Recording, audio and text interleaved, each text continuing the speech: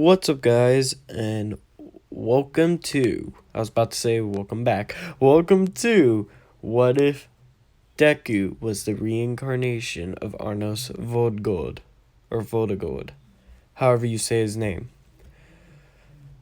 Now, there won't be any Discord shoutouts, mainly because I'm recording this almost, I assume, a week before it's released, so I can't really do Discord shoutouts. I've already done Discord shoutouts at the video that's going to be coming out tomorrow. So instead, I'm going to shout out the person who did this thumbnail. Thank you, Keen MJ, for the thumbnail. So if you guys like this thumbnail, go down in the description below and go talk to Keen MJ. Excellent thumbnail maker, makes beautiful thumbnails. So thank you, my guy, for assisting me with this thumbnail. Now, we start off with a young Izuku being born. He already had all of his memories from his past life and looked at the people that would be his parents. His parents were both, devils. Devils had a humanoid appearance while living about around the same age, but tend to be very different in their actions. He looked around, and his mother had given him a name, Izuku Midoriya. Now, rather than Arnos just outright denying the name and saying that his name was Arnos voldigoad, he decided to go with it, mainly because he decided that he didn't want to carry around the name of his past. The name of his past was a very well-known name. Almost everyone knew his name, but he knew if everyone knew his name, that bringing it along with him wasn't a smart idea. He wanted to start over with a fresh reputation, not one that's harbored by his past. And he grew up pretty quickly, looking about around to reach, simple maturity in about a month after his birth. So for anyone who doesn't know, Arnos took about a month to grow up to look how he looks. So Izuku has the same unique quirk of being only a month old throughout the entire rest of the story. Yeah, try to fit that one out. Try to figure that one out. Izuku was looking at multiple different schools and noticed a school called UA. This school wasn't around around 2,000 years ago when he was around. So he was very much so confused about this UA school.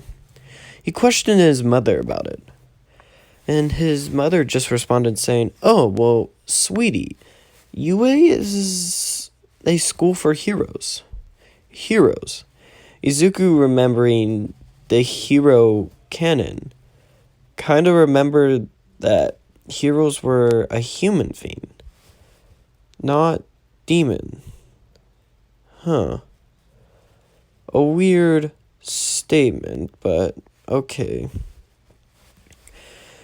Izuku stated that he wanted to go to the school. What did he need to do to go to the school? And his mother kind of stated, "Well, honey, you do understand non-heroic families have a hard time to get into the school than heroic families." Which confused Izuku even more. Heroic families? What does that mean? Well, you see, our founding ancestor, I can speak words, I swear, decided that they should adopt the hero society based off of, heroes from the human world, or the human side of the wall. This caused Izuku even more confusion. He did remember sacrificing himself to put up the wall, but he doesn't ever remember spouting nonsense about trying to become a hero. Izuku then questioned asking, "And the founding ancestor asked for this?" "Yes." The founding ancestor. And who's the founding ancestor? Oh, Arvos de Hivia. This confused Izuku even more. He knew Arnos voldigoad. Well, he knew himself was the founding ancestor, or should be. But he died 2,000 years ago.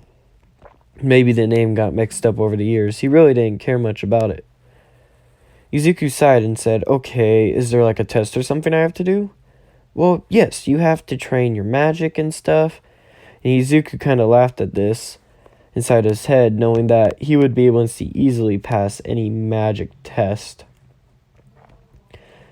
Eventually, the weeks went past as Izuku downed on a white-looking suit with black highlights and some blue. Izuku ended up walking to school. His parents had followed him to shout him off as he walked into the building. He walked in and found a girl standing next to him. He looked confusingly at the girl, and the girl stated, "Oh, hello.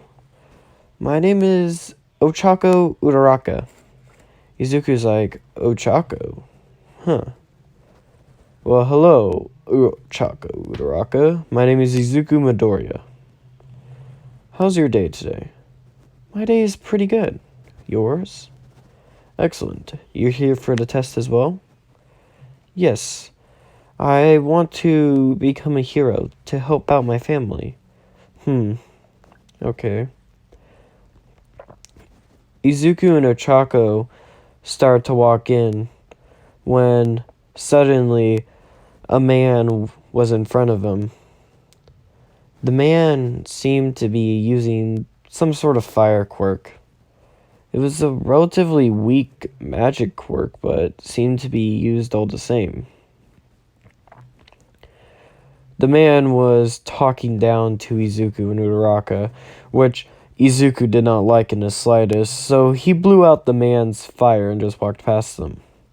The man, being severely confused, wanted to start a fight with Izuku, but before he even had the opportunity to, he was, knee-deep in dirt.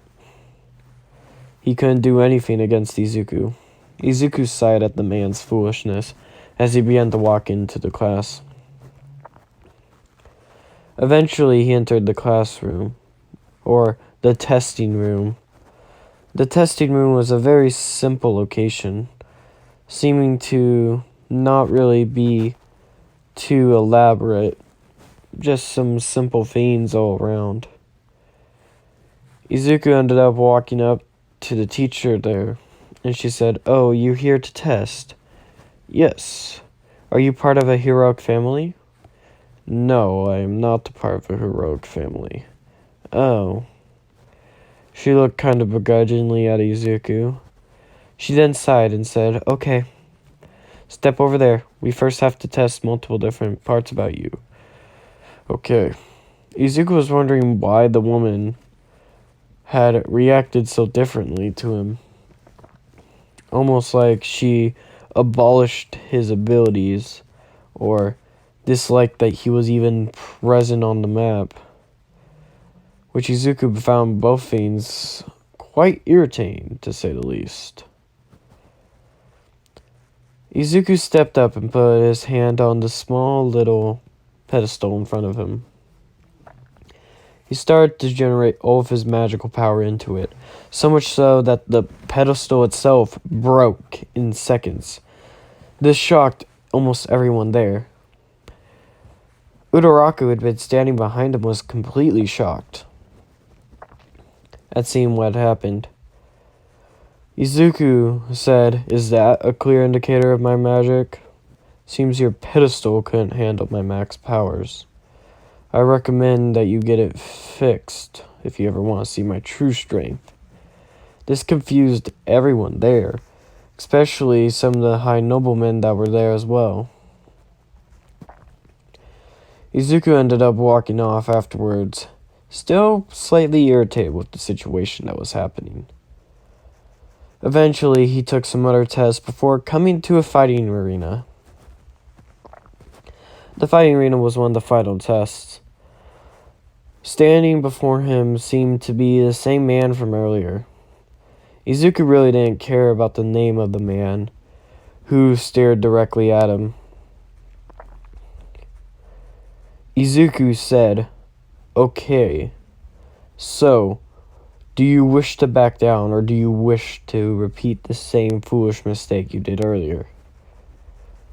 The man, looking at Deku, said, "What foolish mistake? You cheated earlier today, and I wasn't even prepared, but now I'm prepared. Get ready to taste the might of my flaming swords." Izuku sighed at the man's statement, as the man started rushing at Izuku with his swords. Izuku stood there casually without even moving a single beat, and suddenly the man dropped to the ground, with blood coming out almost every single orifice of his body. Izuku sighed, and then pricked his finger before saying Ingilia, which is a resurrection spell. The man looked at Izuku in utter fear, and Izuku's like, "Do you get it now?" "Get what now?" "I don't even have to move to defeat you. You are nothing more to me than a bug on the street. Now give in, or you'll just repeat the same fate over and over again." The man started to look at Izuku almost crazy-like. As he started to try to attack Izuku again, the man got blown back this time as Izuku resurrected the man again. This process got repeated over and over and over again until eventually the man gave in. Most of the people in the spectating stands were shocked at Izuku's just impressive skill alone. Reincarnation magic was rare, but being able to reincarnate someone that quickly or resurrect someone that quickly was even rarer. Izuku sighed as he walked off the stage. He had gone in. Izuku's uniform looked very similar to the suit he chose while walking to school. It was white and blue, rather than having the extra adornment of black. Izuku saw Uraraka. Uraraka was wearing the same exact suit, but saw some other kids wearing red and black suits. Izuku questioned about it, and Uraraka stated, "They're from a hero family. Hero families wear red and black suits because they are better than most people who are not from a hero family." Izuku found that to be utter bullshit, as he saw the guy who he had viciously murdered over and over again walking out in the same color suit as everyone else. Izuku sighed. Uraraka, noticing this, realized that she understood why Izuku was sighing. Eventually, Izuku went back to his house and sat down in his bed. He looked up towards the sky and wondered what had happened during the time he was gone to cause the change in the world to be so drastic. They're now infatuated with heroes? Don't get me wrong, but heroes have slain hundreds, if not thousands, of our kind. Not that he ever harbored any ill will to them, but Deku knew that heroes weren't really the best of people. There was only one hero he counted as good, and that was the hero Kanen, the one that Izuku let him kill, or let him be killed by. Izuku sighed, knowing that there was no reason to fret over such issues, as he slowly started to go to bed. And that's where I'm going to leave this episode off. If you guys liked it, hit the like button. Enjoyed it, hit the subscribe button. And until next time, goodbye.